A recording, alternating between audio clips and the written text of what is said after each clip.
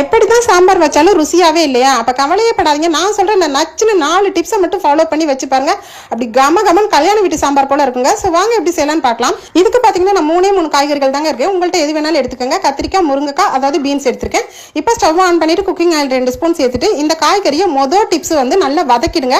வதக்கிட்டு அதுக்கப்புறம் தண்ணி ஊற்றி வேக வச்சிருங்க. ஸோ 2வது முக்கியமான டிப்ஸ் பாத்தீங்கன்னா தூரம் பருப்பை ட்ரையாவே வறுத்துருங்க. வறுத்துட்டு தேவையான அளவுக்கு தண்ணி வச்சுட்டு அதுக்கப்புறம் இதுல பாத்தீங்கன்னா சின்ன வெங்காயம் போடுங்க, தக்காளி போட்டு பச்சை மிளகாய் போட்டு மஞ்சள் சேர்த்து நல்லா வந்து வேக வச்சிருங்க. 3 விசில் வேகட்டும். இப்போ நெல்லிக்காய் அளவு புளி ஊற போடுங்க. 3வது சூப்பரான டிப்ஸ் நம்ம சேர்க்கக்கூடிய மசாலா பொருள் தாங்க. இதுல பாத்தீங்கன்னா 2 ஸ்பூன் சாம்பார் தூள், 2 ஸ்பூன் வந்து குழம்பு மிளகாய் தூள் போட்டு உப்பு தேவையான அளவு போட்டு புளிக்கரைசல ஊத்திருங்க.